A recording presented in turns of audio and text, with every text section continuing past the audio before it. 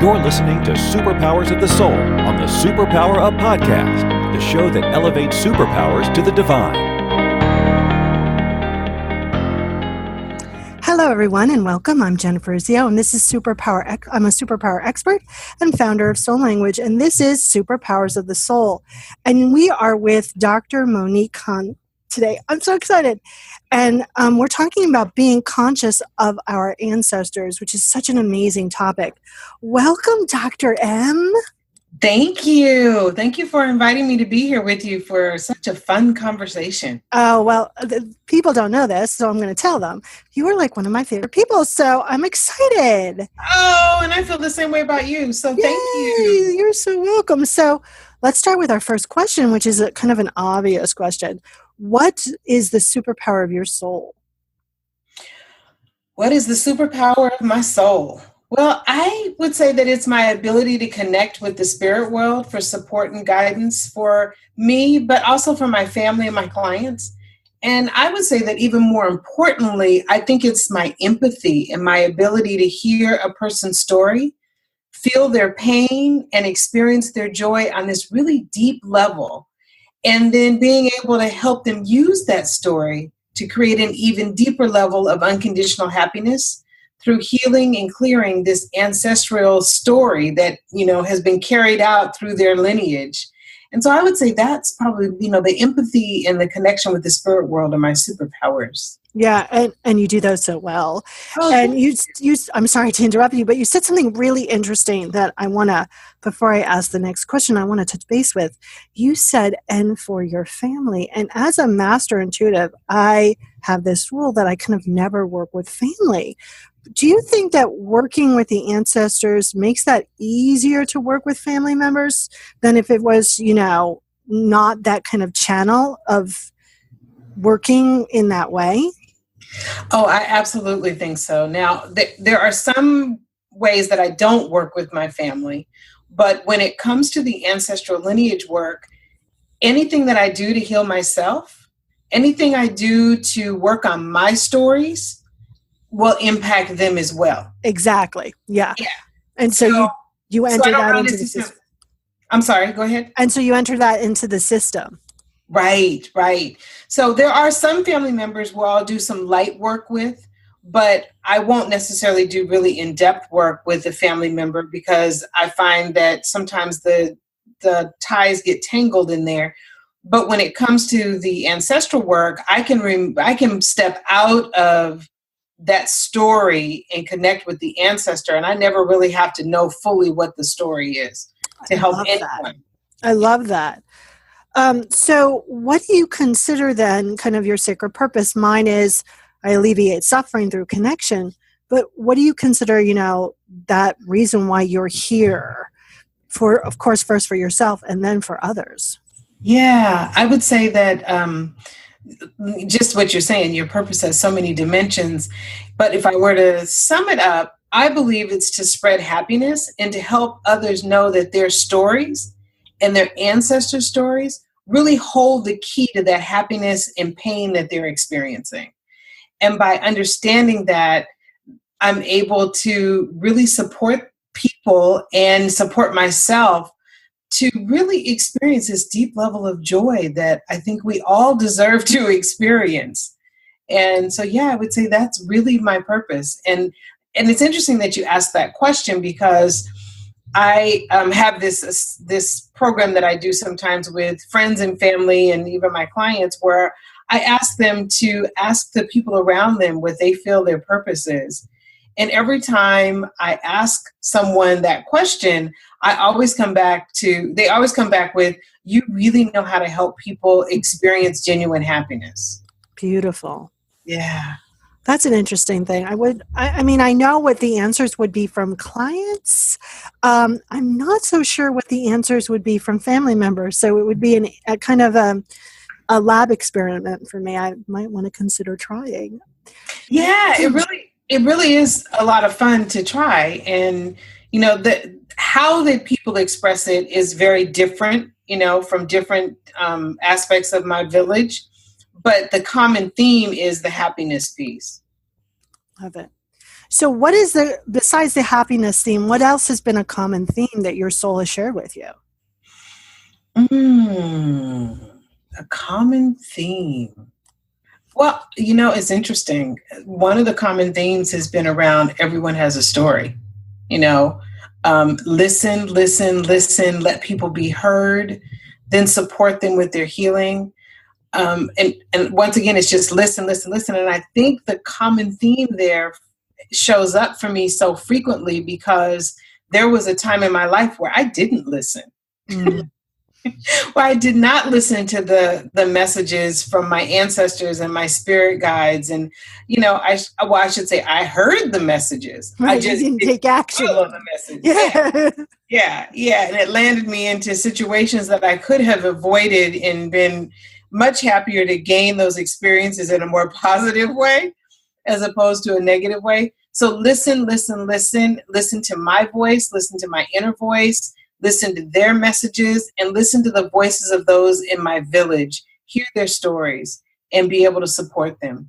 Yeah, one of the things I really value about you is your ability to express a story. And not only that, but you know a lot of the personal stories of your family members.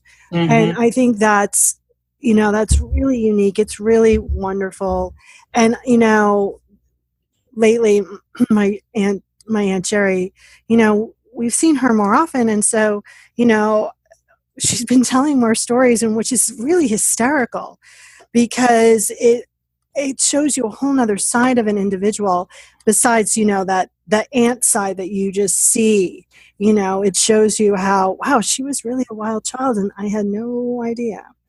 So, and funny. I mean, I've always known she was funny, but, really just funny. And I think that it is important for us to keep listening to our souls, to our, team, to our support team, to our village. So you've talked a little bit about how your soul supports others. I love the music. Yeah, that's the phone, and I apologize. I thought I had disconnected that. And so we will turn it off right now. I love going with the flow. It doesn't worry me. Yeah, exactly. I turned everything else off but missed the phone. Yeah, no, what happens is I've turned off my phone and somehow, miraculously, it turns back on. Like, it's just hysterical. Or clients always say to me, like, how are you always able to answer my email or pick up my phone? I was like, because I set the intention that the energy moves when someone needs me. So it usually happens when another client's late or, and it just kind of works that way. So you've talked a lot about how your soul supports others. What's another way that you haven't shared with us? I would say that that's an interesting question because I really think it still goes back to that empathy. I have this really low threshold for physical and emotional pain. And so others often say my peacefulness kind of soothes them and I'm this happy person, and not because I'm necessarily free of pain, because we all have those moments in our lives where we get knocked to our knees. I mean, the loss of a loved one, grief, anything can knock you to your knees. But I believe my soul came here to experience this highest level of frequency of happiness. And so using pain and life challenges are sort of like this minor distraction for me. And it helps me to appreciate and acknowledge the happiness that I have. And because of this, I'm able to feel the pain of others, I think. And I really identify a path for them towards greater happiness. And that's only if they're ready. Not everyone is consciously ready to clear the stories that are disrupting their happiness.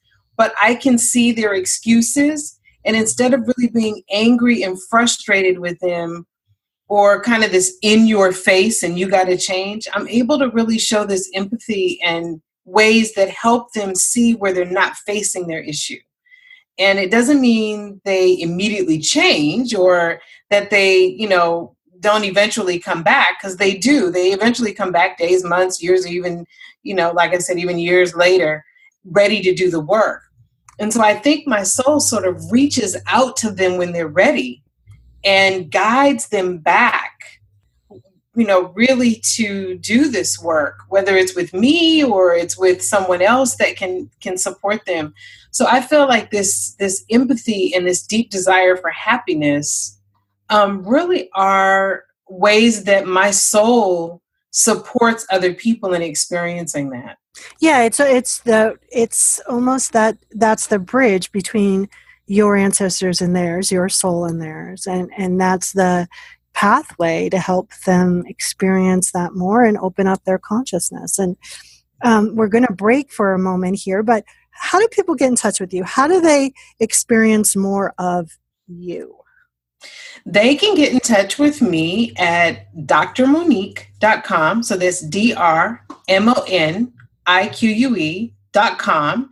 And when they go to my website, they will see under books, I have a free ebook, 3 Spiritual Practices to Connect with Your Ancestors, that they can download immediately and start connecting with their ancestors. So I invite people to go ahead and visit my website and learn a little bit more about how you can connect with your ancestors. And then if you want to take it further, there are opportunities that you'll see on the website, the Ancestor Wisdom School, ancestral story clearing sessions that they can take and take this a step further. Beautiful. Well, everyone, just hold on. We'll be right back. Are you here to change the world? Do you talk about things like vibration, frequency, awakening, and consciousness? Are you pretty sure you have superpowers? The Superpower Net is unlike normal coaching programs and conscious communities. We provide training, intuitive guidance, peer-to-peer learning, intensive one-on-one coaching, and a high vibrational network of people just like you. When you join the net, you get 24/7 access to a collaborative group of people who support you as you master your personal power and unlock your superpowers. If you're ready to use your superpowers to change the world, then join the Superpower Net today. Visit superpowerexperts.com/thenet to learn more. Welcome back, everyone. This is Jennifer Urezzio. I'm a superpower expert and founder of Soul Language, and this is Superpowers of the Soul. And I am with Dr. Monique Hunt today, and the topic is being conscious of our ancestors. So I want to make sure everyone's on the same page. What are we really talking about when we talk about ancestors? Yeah, a lot of people, that's an interesting question, because I get that quite often. People say to me, well, I didn't know my ancestors. I didn't know, my grandmother, my great-grandmother. So, how could I connect with them? Or they'll ask me, how do I deal with it if I was adopted? Or how do maybe I don't want to connect with ancestors because I didn't have a good relationship with them. So the ancestors that we connect with, that we are the most powerful for us to connect with, to help with this healing, to help us experience more happiness in our lives, are those ancestors that are more evolved. So they're the ancestors that are not the most recently departed. They're the ancestors that go back like 5 to 14 generations.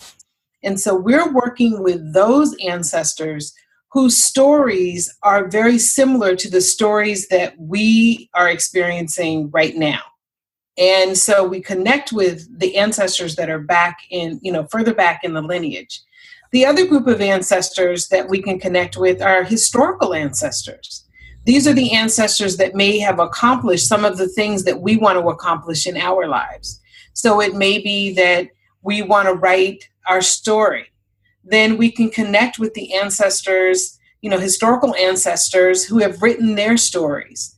We can connect with the ancestors that have maybe been, motivational speakers that are no longer here, or ancestors who were, really lived their superpowers of the soul and are now able to really connect and be able to help us with our own way of living out our soul's purpose. So those are some of the ancestors that we can connect with. Now we can also connect with our more recent ancestors as well if we want to. Those ancestors are really great at helping us kind of cross the bridge to those more evolved ancestors. those ancestors are also ancestors that can help us with tasks and things we have going on in our lives right now. I always tell the quick story of how I had some plumbing problems, and my father used to be our plumber, our mechanic, our electrician, our builder. Anything that needed to be done, he could do. And if he couldn't fix it, then it couldn't be repaired.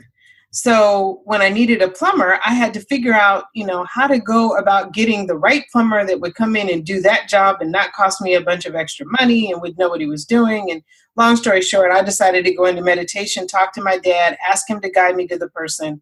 The man came. Not only did he fix the problem I was having, but he helped me with a few other things that I had been putting off, did it all, did not charge me for those other things. And when he handed me his card when he was finished, his name was Angel. That's hysterical. So yeah. I want to go back to something that you said, because you were more evolved, and I want to make sure everyone really truly understands that. From the perspective that I understand it, that is those individuals that are more, in my verbiage, in the consciousness of love, that are, for lack of a better, less human, more soul, right? Yes. When we pass over, from what I understand, that beginning part, we're still we're in our human, it takes a little time for us to kind of be less human and more spirit. So is that an accurate statement? That's a very accurate statement. I mean, if you think of it as when we move maybe from house to house, so when our ancestors leave here, our loved ones depart here, they're moving from the physical world to the spirit world. They're moving from one house to the next. And when we move from one house to the next, it takes time to settle in. Right. It takes time to unpack our stuff, right? And so it takes time for them when they're first transitioning to really become comfortable in that transition and to unpack their stuff. And so they can still be helpful, but they're not as helpful as those ancestors that have already become comfortable in their new home. Beautifully said. So if somebody has never had any experience about being conscious of their ancestors, where can they start? And I know you have the ebook, but I also want to give someone something that they can play with right now. Yeah, absolutely. So I would say that the first two things are, one, to just acknowledge the ancestors. Say their names. You don't know, are we just saying ancestors, or we don't know them? How do you do if you don't know them? You can say ancestors. You can say great-great-grandmother, great-great-grandfather. You can say their names of the ones that you may know the names of. Acknowledge them that way. And then if you want to really take it on a deeper level, creating an ancestor altar in your home, in your office. In the altar, I always tell people, it doesn't need to be something that, takes up an entire room. It can be just a little place in the corner where you say, this is my honoring of you. This is where I honor you. And a couple of things to include would be any pictures that you may have, anything that may have been passed down in your family, a candle, a glass of water, maybe something from the earth, whether it's flowers or sand or soil, something that you bring in from the earth, any kind of colors that you feel represent the ancestors in your lineage. Bring that in, any kind of fabric that you think may be a representation of the ancestors. So it doesn't have to be anything that they actually had. It can be just something that you feel represents the ancestors. And what we're doing is we're acknowledging them. And so what about those people that have been adopted? I know that there's, those individuals that have been adopted and don't have, even though they have lovely homes, and I hear clients all the time say, but my parents loved me, but there's still that kind of emptiness of being given up. How do they connect with those ancestors from their birth lineage? How does that work? Yeah, well, you know what's really beautiful about a person who's been adopted is that they now have two sets of ancestors, Which is right? very fun. Yeah, they have the adopted family, and then they have their birth family. And one of the ways that they can connect with their birth family is by still creating this altar. And of course, they probably won't have pictures and that kind of thing. But create the altar in your mind based on how you feel in each moment about the ancestors. So there may be some anger and frustration. I understand that. But there may also be sort of this wondering and this peacefulness of knowing that there are these beautiful beings in the world, spirit world, that are there to support you and help you and to guide you. So creating a small altar that acknowledges them in some form really will help with that connection. But just know that they're connected to you no matter what, no matter, if you were adopted or not. These ancestors are always connected to you, are ready to guide you, and just need you to open the door. And it simply can be just saying, I'm open, please come, please support me, please guide me, please help me. And if you don't know the names, you can say great-great-grandmother, grandmother. Think about the ancestors from where your people originated from, too. So if you originated from Africa or from Europe or from China or Japan or even right in the United States, think of those ancestors and invite them to be a part of your journey as well. So we have two last questions. The first question is really, I understand that there's a difference between soul ancestors and our human biological ancestors. Mm-hmm. Can you describe the difference for our audience? Well, our human biological ancestors are those ancestors, obviously, that have lived physical lives and have been where we are, who are part of our blood lineage, and their traumas, their experiences, their lives are embedded in our DNA. And in many cases, we are reliving their stories, their traumas, their challenges, and we're also empowered by their resilience and their strength. Our soul ancestors are ancestors that are a part of our soul group. They are the evolved souls who probably didn't live a physical existence in most cases, but are part of this family that our soul came from, and they are supporting and guiding and helping us as well, and we can connect with them too. It's a little bit different, but we can connect with them as well. Beautiful. Again, let everyone know how to get in touch with you.